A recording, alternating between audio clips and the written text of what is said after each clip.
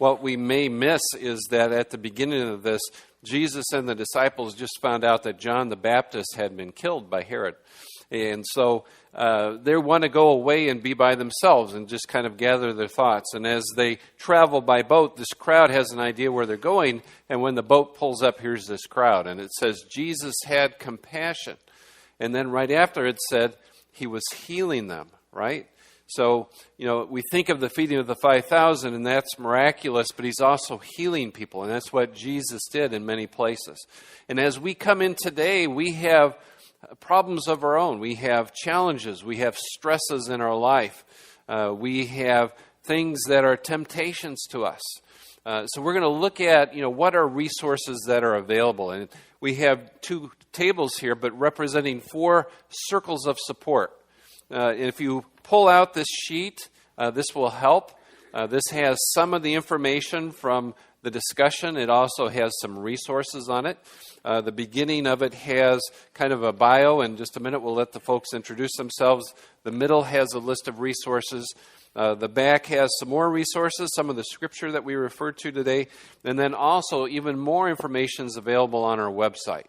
And also afterwards, these folks will be out in the lobby. So if you want to ask questions or get a little more information, they'll be available. So at this point, I'm going to let folks introduce themselves, and we're going to start with Brian today. Good morning. My name is Brian McCallum. I'm a counselor with Samaritan Counseling. Samaritan offers hope, help, and healing by providing counseling to individuals, families, as well as faith-based organizations. I'm here today representing the 4th circle of support, even though I'm going first, and my domain is community support. I am Missy Berg. I have my license in clinical professional counseling. I worked in crisis at a behavioral health hospital and then in private practice. But the past 12 years, I've been in School District 155, and today I represent the 3rd circle of support, which is schools. And I'm Laura Gilliland. I work here at Emmanuel as the Director of Children and Family Ministry.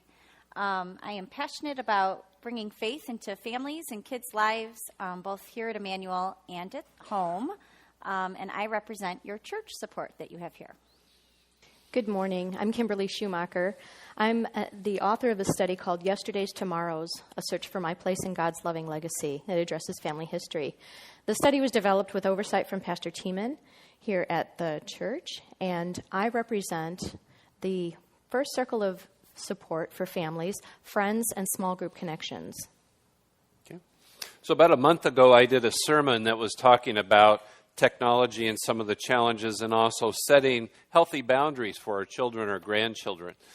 So as we look at technology, what are some of the challenges that we have or things that we need to be aware of, and how does that affect us in terms of how we communicate with one another, and that affects relationships? So Brian, how would you respond to that? Well, one dynamic of technology has to do with excessive screen time, especially in the evening. Excessive screen time can actually disrupt children's as well as adults' sleeping patterns. Screens actually give off or emit what's known as blue light, and the National Sleep Foundation will tell you that the blue light affects the brain, and specifically, it stops the brain from producing melatonin, which is a hormone that signals the brain and body to go to sleep. Now, we've all suffered from a sleep-deprived night now and then, and the next day we may have felt irritable, grouchy. But there are larger concerns with sleep deprivation having to do with how it affects memory and learning in school or work performance. Also, sleep deprivation compromises the immune system, making us more vulnerable to illnesses and infections. There's a simple solution to this, and families can set a digital curfew.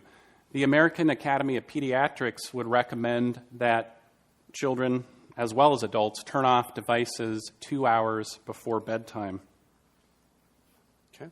So as we look at this screen use, how does that affect our children's ability to focus or their attention span? Keep in mind that the iPhone was invented in 2007.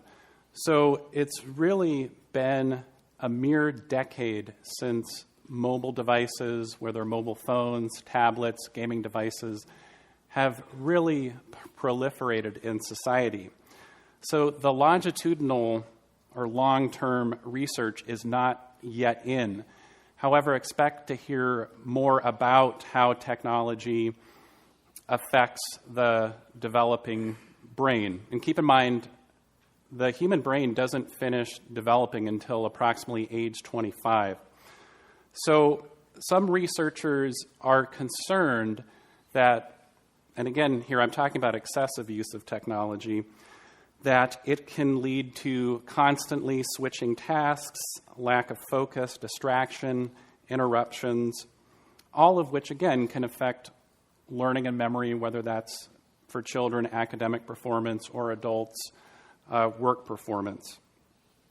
So as we look at this technology and screen use, I think we've probably all been at a restaurant or someplace where you see a bunch of people and it looks like they're playing Battleship on their phones, right? Because they're not like talking to each other. How can this affect communication skills?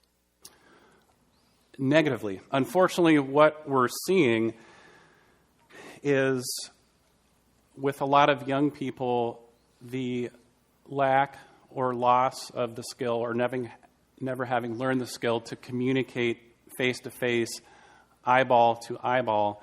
And we need that because our brains respond to one another. I would contend that God designed us for that purpose, to connect.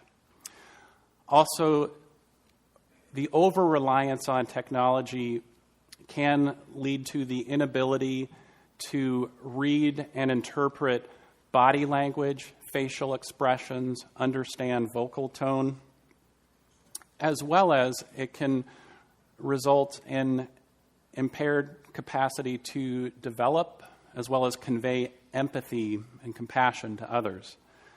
So I think it's important. We're all enmeshed in the 21st century, highly technological. It'll become more so.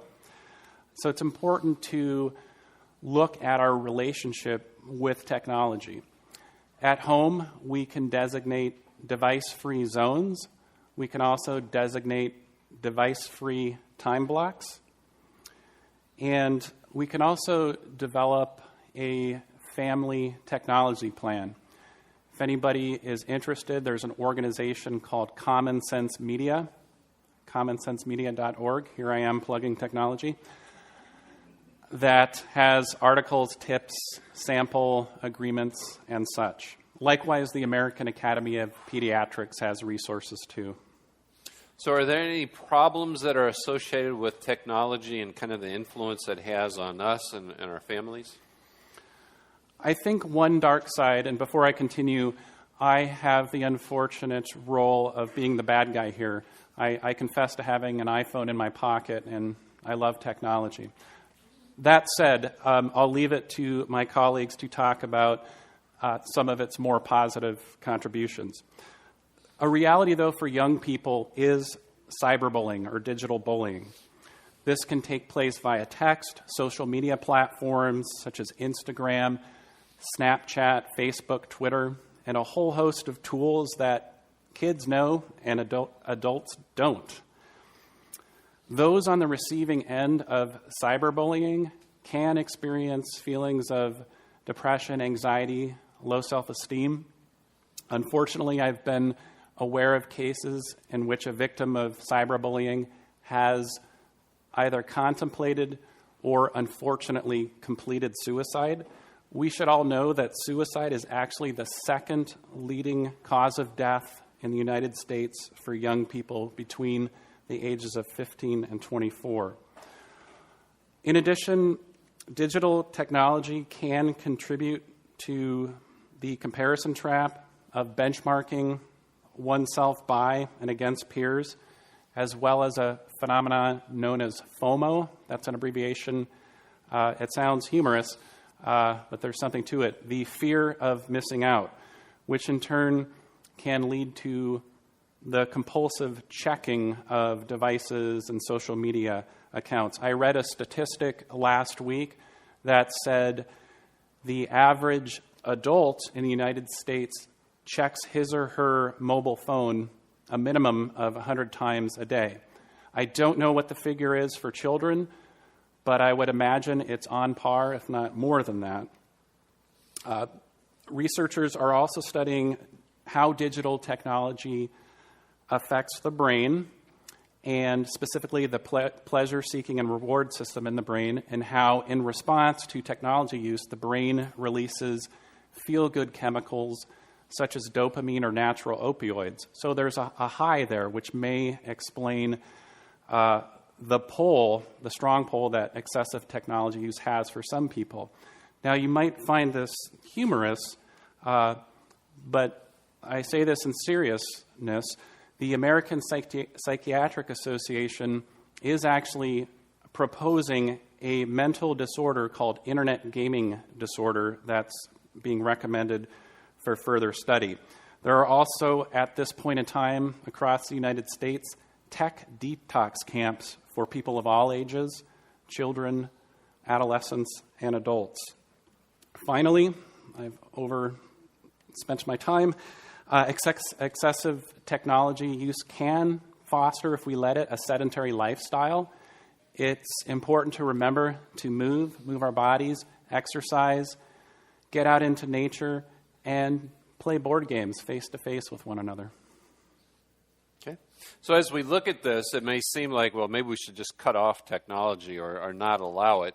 Realistically, that would be very difficult to do. But the question as a parent or a grandparent, we understand that many of our children really prefer to communicate by text. So is it all right to kind of further this and communicate with them by text, or should we withdraw and just say, no, we really need to speak? And how do we draw those lines? Missy, could you address that? Say, absolutely, it is okay to communicate through text or Snapchat or their kind of preferred method. And I think there's two reasons for this. First of all, you got to keep in mind that we are their models for appropriate use of technology. Even Brian referencing 100 times for us, we're those models for them. So first of all, I would say using Snapchat or texting as a way to initially reach out to your child. Maybe it's a small thing of the day, good luck on the test, remember your sunscreen, have fun. But in addition, if there's bigger things to talk about, role model for them the use of a Snapchat. So you send them something that says, I really would like to talk later. My recommendation to you is you know your kids, you know your grandkids. I have 3 kids. One loves to talk while we're walking the dog. One will only talk when you're in the car and he's way in the back seat and I can't see him.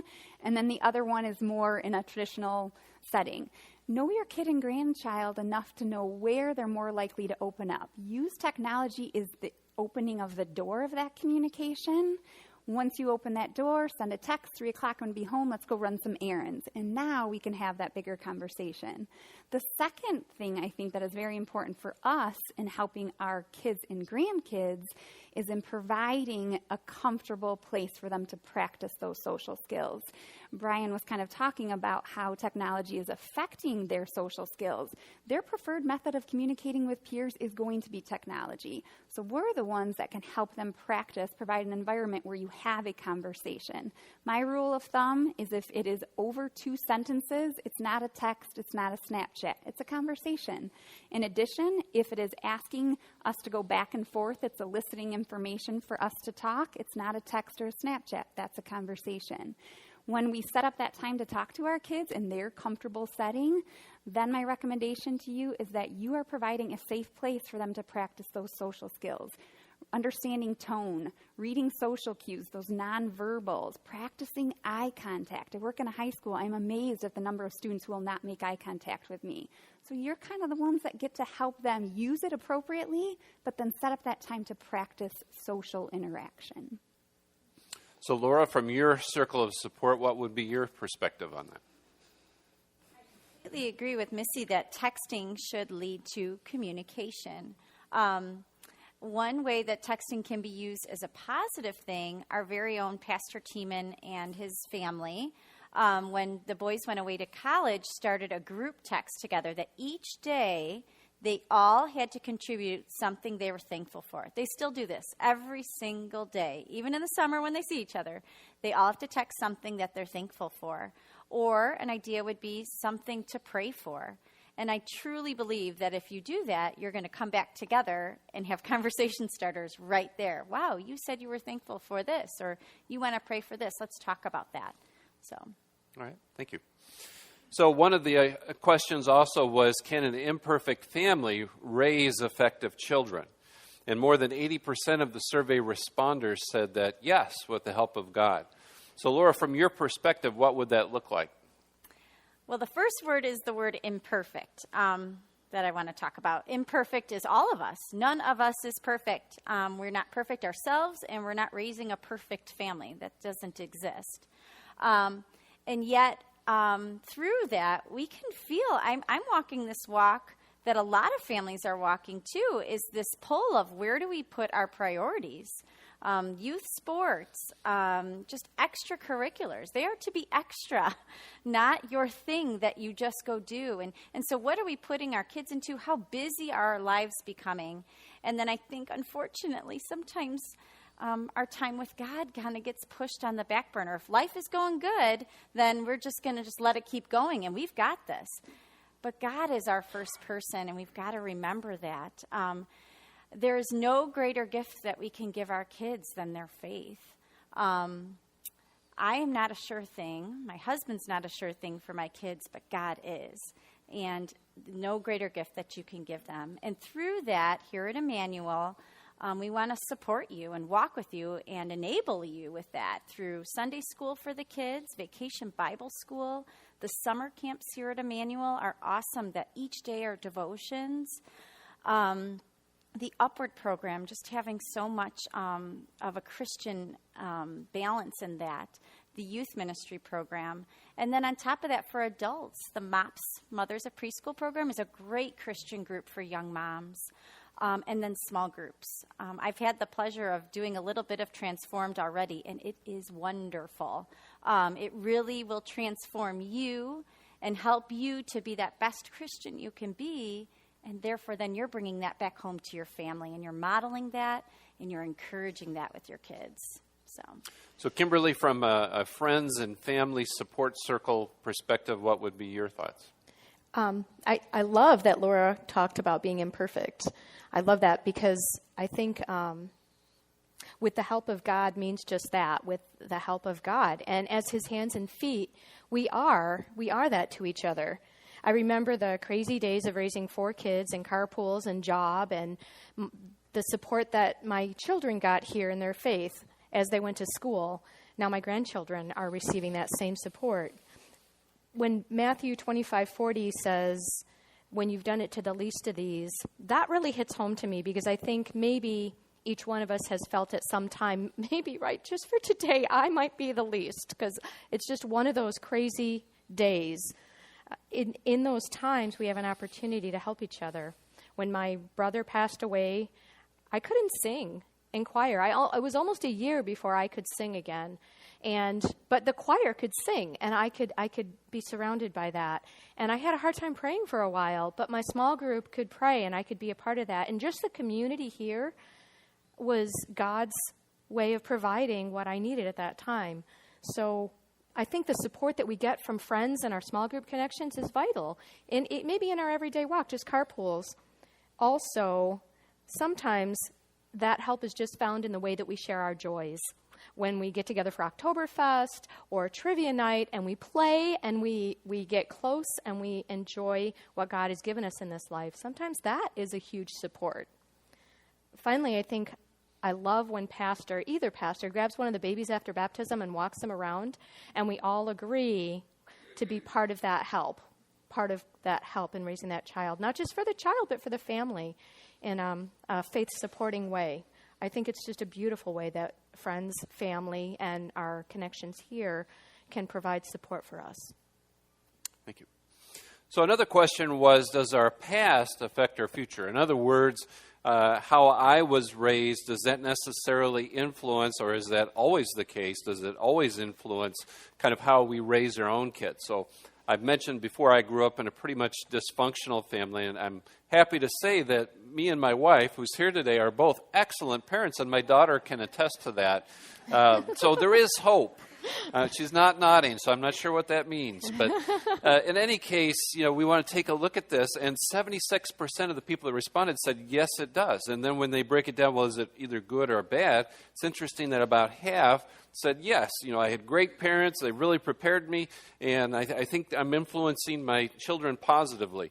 And the other half said, I don't know. Is it a dysfunctional family? I'm not sure how we're doing. We certainly have some struggles. So as we look at it, Missy, how would you address that? Knowing about our past, does that mean it's absolutely going to continue, or is there some hope? I'd say a few things. One, I get the luxury of working in a high school, and my entire life I've worked with adolescents, and I think inevitably when they're in a time of trial and we're talking through something, family dynamics come up. And I think there are a lot of positives, but there's also some weaknesses in all of our families. I love that we talked a little bit about imperfect. There is no perfect family. When working through that past, I think there's importance for a couple of reasons. One, our kids and our grandkids need to know our past just solely for hereditary. You know the last time you were in the doctor's office and they start to ask those questions, maternal side and paternal side, diabetes, heart disease, is there anything we should know about? But that also includes mental health and substance abuse. Our kids and grandkids need to know that hereditary piece. And I want to turn that into an empowering thing because I think, one, it can help them make better decisions for themselves. And two, just knowing that symptomology often can help them be aware of things. Second, I think knowing the past is very important for the environmental piece. Environment, how we are raised, the relationships, the dynamics in our family. A lot of times they say our kids are aware before we ever tell them. So having open communication about that, again, that idea of imperfect, we have strengths and we have weaknesses in our family. And I think not always do we have to share every detail, especially if there's been trauma, but I think in generalities, our kids and our grandkids do need to know the positives and negatives of our past. Anybody seen the movie Inside Out? Some people liked it, some didn't. Of course, high school counselor, I loved the movie. The whole lesson there is about in our lowest, we feel joy, joy comes out of that. So you have to have those lows in order to have those highs. And I look at my own life, and where I had struggles was oftentimes where I grew the most in strength, internally with my relationships with others and in my faith. So keeping that in mind, being open with our kids and grandkids about past, they can use that to better the next generation. They can use that to break cycles, just like Pastor Bob did. So, Brian, as we look at family patterns and variations of mental illness, could be anxiety or depression or other things, what's your perception? How does that affect our families, and what should we be aware of? First, mental illness is common. In the United States, 1 out of every 5 individuals actually has a diagnosable mental illness. That figure comes from the National Institute of Mental Health. Oftentimes, the illness could be, as Pastor Bob mentioned, anxiety or depression, which are often referred to as the common colds of mental illness. I think Missy did a fabulous job of articulating the complexity of the causes of mental illness.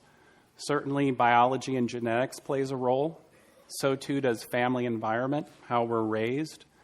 Also, life events, specifically traumatic ones, can contribute to mental illness. As Missy also mentioned, I think it's important to be aware of both physical and mental illness in the family line. However, just because some of us may inherit a vulnerability or susceptibility to a mental illness does not necessarily mean that we'll develop it. You may have heard this phrase, biology is not destiny. Also, simply because some of us have learned unhealthy coping and communication skills in our family of origin, that doesn't mean that we are doomed to repeat history. Change is possible. Help and intervention for mental illness, as well as unhealthy family patterns or dynamics, are available. Counseling and medication are but 2 examples. Last, I think it's important to highlight the role that the human brain plays in mental illness. A psychiatrist, a medical doctor who treats mental illness with medication will tell you that either an excess of or lack of specific chemicals known as neurotransmitters in the brain contribute to mental illness and its symptoms. So the last question that we're going to address has to do with our families as we look at it. Do we have to be perfect to raise and effectively raise our children? And how does that look? And what we discovered from the responders is no, we don't. But there's so what does a Christian family look like? Some of the responses included shares of faith in Jesus. Within the family, being honest and resolving conflicts. Including words on a regular basis like loving, forgiving, serving, and grace.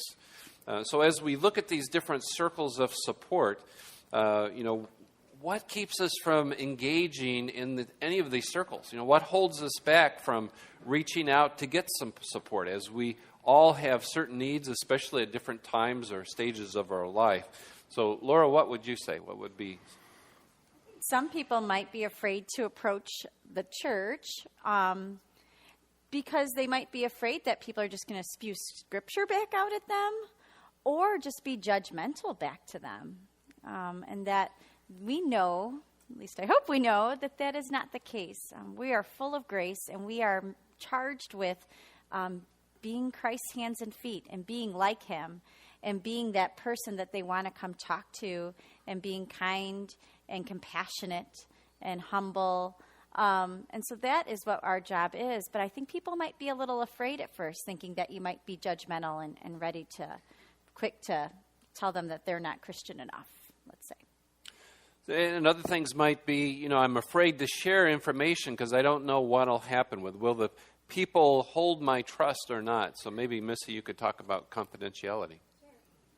I like that we're up here as 4 different circles. I think simply put, confidentiality is the state of keeping something private between the two of you. And although I think family and friends can be a wonderful circle of support, because their hearts are in the right place, sometimes when someone brings me a problem as a family member or a friend, I'm likely to then open up to another family member, or how should we help her, or what should we do? And it's not always kept between the two people.